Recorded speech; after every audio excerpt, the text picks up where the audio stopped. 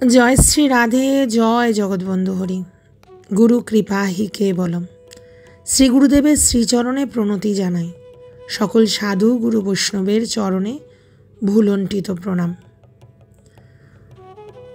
प्रभु रामचंद्र हनुमान जी के वरदान दिएছিলেন, তুমি যেখানে যেখানে রামকথা হবে সেইখানে তুমি অবশ্যই উপস্থিত থাকবে। তখন মা সীতা প্রভু রামচন্দ্রকে বলেছিলেন, আচ্ছা রামকথা তো এক সময় এক জায়গায় হয় না, এক সময় হাজার বা লক্ষ জায়গায় রামকথা হতে পারে। তাহলে কি হনুমান এক সময়ে কি অতগুলো জায়গায় উপস্থিত থাকতে পারবে? প্রভু রামচন্দ্র তখন ভক্তশ্রেষ্ঠ হনুমানকে বরদান দিলেন, এক সময়ে যদি লক্ষ জায়গায়ও রামকথা হয়, তুমি লক্ষ রূপে সেই রামকথায় উপস্থিত থাকবে। যেখানে যেখানে রামকথা হয় সেইখানে শ্রী হনুমানজি আজও উপস্থিত থাকে। এটা কেউ মানতেও পারে এই কলিযুগে, আবার কেউ নাও মানতে পারে। তিনি যে উপস্থিত থাকে প্রত্যেক রামকথায়, সেই কথা আজ আস্বাদন করব। পণ্ডিতজি রোজ রামকথা শোনাতেন, আর রামকথা শুনে সকল ভক্তরা আনন্দে বিভোর হয়ে যেতেন। তিনি রামকথা বলে আনন্দে বিভোর হয়ে যেতেন, আর ভক্তরা তা শুনে আনন্দে বিভোর হয়ে যেতেন। কিন্তু পণ্ডিতজি রামকথা বলার একটা নিয়ম ছিল। রামকথা শোনানোর আগে তিনি বলতেন, আসুন আসুন শ্রী হনুমন্তলাল, আসুন, এসে আসন গ্রহণ করুন। এইভাবে একটি আসন থাকতো তার সামনে, সেখানে হনুমানজিকে আসন গ্রহণ করার জন্য তিনি প্রার্থনা করতেন, প্রণতি নিবেদন করতেন। এই ছিল পণ্ডিতজির একটা নিয়ম।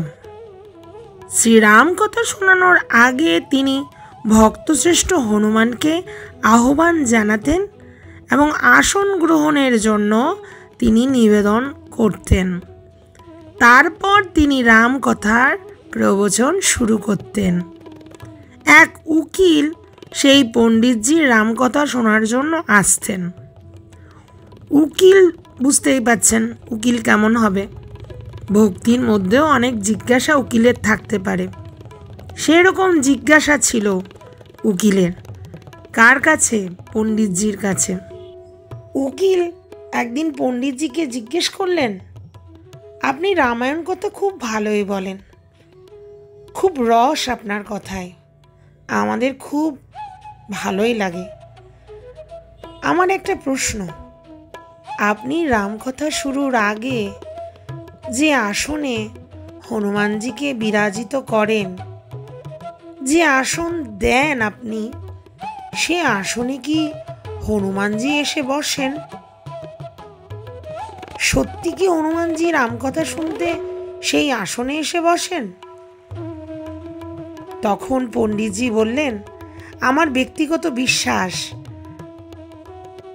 প্রত্যেক রামকথায় হনুমানজি বিরাজিত হন, আর আমি যে আসন দিই সে আসনের উপরে ভক্তশ্রেষ্ঠ হনুমান অবশ্যই এসে বসেন। এটা আমার মনের বিশ্বাস, তাই আমি আসন দিই। সেখানে শ্রী হনুমানজি বিরাজিত হয়ে প্রতিদিন রামকথা শ্রবণ করেন। এইটাই আমার মনের বিশ্বাস। উকিল বললেন, আপনাকে প্রমাণ করতে হবে রামকথা শুনতে শ্রী হনুমানজি উপস্থিত থাকে। তখন পণ্ডিতজি বললেন, ভাইয়া, আস্থা এবং বিশ্বাস এবং ভক্তিকে কি প্রমাণ করে বোঝানো যায়? কিন্তু উকিল তো নাছোড়বান্দা, যে করে হোক প্রমাণ করতে হবে আপনার রামকথা শুনতে এই আসনের উপরে হনুমানজি বিরাজিত হন। এই কথাটি আপনাকে প্রমাণ করে দিতেই হবে। তখন পণ্ডিতজি বললেন, ঠিক আছে, আপনি এক কাজ করুন, আমি যে আসনের উপরে হনুমানজিকে কথার আগে বিরাজিত হওয়ার জন্য নিবেদন করি, সেই আসন, সেই গদ্দি আপনি সঙ্গে করে নিয়ে যান। কাল কথা শুরু হওয়ার আগে সেই আসন, সেই গদ্দি এখানে আনবেন, এখানে এই জায়গায় বিরাজিত করবেন। আমি রোজ দিন যেমন করে হনুমানজিকে আহ্বান করি, ঠিক তেমন করে কালও আমি আহ্বান করব শ্রীরাম কথা শোনার জন্য হনুমানজিকে। হনুমানজি অবশ্যই আসবেন, এসে এই গদ্দির মধ্যে বসবেন। যদি আমার বিশ্বাস সত্যি হয় তবে আপনি এই গদ্দি সরাতে পারবেন না। আপনি রামকথা চলাকালীন এসে এই আসন, গদ্দি উপরে যদি ওঠাতে না পারেন, তাহলে মনে করব এই আসনে শ্রী হনুমানজি বসে আছেন। আর যদি আপনি এই আসনটি এই স্থান থেকে উপরে নিয়ে সরিয়ে দিতে পারেন, তাহলে এটা প্রমাণিত হয়ে যাবে এই আসনে হনুমানজি বিরাজিত নেই। তখন পণ্ডিতজি উকিলকে বললেন, তবে পরাজিত হলে কে কি করবে তাও নির্ণয় করা হয়ে যাক। পণ্ডিতজির কথা শুনে উকিল বললেন, যদি আমি পরাজিত হই, আমি যদি ওই আসন, ওই গদ্দিটি সরাতে না পারি, আপনার কথার মাঝে যদি শ্রী হনুমন্ত লাল উপস্থিত থাকে, তাহলে আমি আমার ওকালতি ছেড়ে দিয়ে আপনার থেকে দীক্ষা নেব। আর আমি যদি ওই আসন, ওই গদ্দিটি সরিয়ে দিই, তাহলে কি হবে? আপনি কি করবেন পণ্ডিতজি? তখন পণ্ডিতজি বললেন, আমি কথা প্রবচন করাই ছেড়ে দেব। কথা প্রবচন করা ছেড়ে দিয়ে আমি আপনার অফিসে পিয়নের চাকরি করব। নির্ণয় করা হয়ে গেছে। যথারীতি নির্ণয় করা হয়ে গেল। পরের দিন ভাগবত কথা মানে রামকথার আয়োজন করা হলো।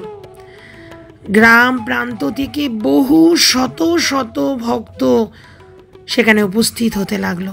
সবাই দেখবেন, যারা প্রতিদিন কথা শুনতে আসেন না তারাও আজকে এসেছেন শ্রীরাম কথা শুনতে। আজ যে শ্রদ্ধা ভক্তির পরীক্ষা, শ্রদ্ধা ভক্তির পরীক্ষা হবে, বিশ্বাসের পরীক্ষা হবে, সেই পরীক্ষা দেখার জন্য শত শত ভক্তগণ আজ এসে পৌঁছে গেল শ্রীরাম কথার আসরে। মণ্ডপ একদম ভরে গেছে ভক্তদের আনাগোনায়। সকলে ছুটে এসছে দেখার জন্য কি হয়, বিশ্বাসের জয় হয় কিনা, ভক্তির জয় হয় কিনা তা দেখার জন্য ভক্তরা আজ ছুটে এসেছেন। আজ শ্রদ্ধালু আর যারা শ্রদ্ধালু নয় তারাও ছুটে এসেছেন দেখার জন্য এইখানে কে জিতবে, বিশ্বাস জিতবে নাকি তর্ক জিতবে, সেইটি দেখার জন্য ছুটে এসেছেন ভক্তরা। কথার আসরে পৌঁছে গেলেন উকিল, সঙ্গে নিয়ে আসলেন সেই গদ্দি, সেই আসনটি। ব্যাসাসনের পাশে রাখা হলো সেই আসন। কথা প্রবচনের জন্য পণ্ডিতজি বিরাজিত হলেন। তিনি চোখে অশ্রু জলে আজ মঙ্গলাচরণ করছেন। মঙ্গলাচরণের সঙ্গে তিনি হনুমানজিকে আহ্বান করছেন, হে ভক্তশ্রেষ্ঠ, হে অঞ্জনেয়, হে রাম দুলারে, হে শ্রী হনুমন্ত লাল, আসুন। আপনার প্রভুর কথা, সে কথা আস্বাদনের জন্য আপনি আসরে এসে উপস্থিত হন, আপনি বিরাজিত হন এই আসনে। এই বলে হনুমানজিকে নিজের মন থেকে আরতি নিবেদন করলেন। হে ভক্তশ্রেষ্ঠ, আমি তো অতি তুচ্ছ জন, আমি অতি সাধারণ ব্যক্তি। আমার জন্য নয়, শ্রীরামচন্দ্রের কথা রক্ষার জন্য, রঘুকুলের কথা রক্ষার জন্য প্রভু রামচন্দ্র বলেছেন যেখানে যেখানে রাম কথা হবে সেখানে সেখানে আপনি উপস্থিত থাকবেন। সে প্রভু রামের কথা রক্ষার জন্য আপনি এই আসরে এসে উপস্থিত হন প্রভু। এই বলে শ্রী হনুমানজির চরণে প্রণাম নিবেদন করেন আহ্বান করলেন হনুমানজিকে। তারপর চোখ খুলে উকিলকে বললেন, আসুন, আপনি আসনটি তুলে ধরুন। তখন উকিল এসে আসনটি স্পর্শই করতে পারছে না, তুলে ধরা তো দূরের কথা, আসনটির কাছেই উনি যেতে পারছেন না।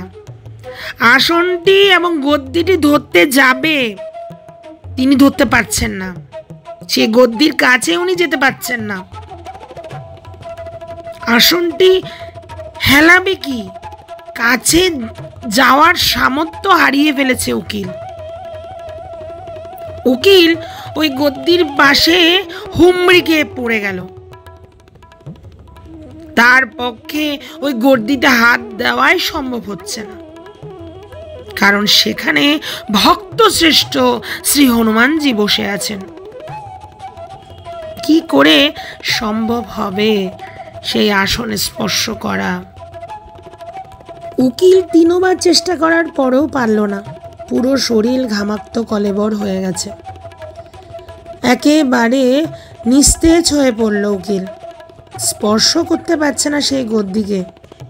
সেখানে হনুমানজি বসে আছেন, কিন্তু খালি চোখে কেউ দেখতে পাচ্ছে না। এখানে উপস্থিত কথাবাচকের কথা শুনতে যারা উপস্থিত হয়েছে তারা সকলে তৃষ্ণিত নয়নে উকিলের দিকে তাকিয়ে আছে। উকিল 3 বার চেষ্টা করেও সফল হলো না।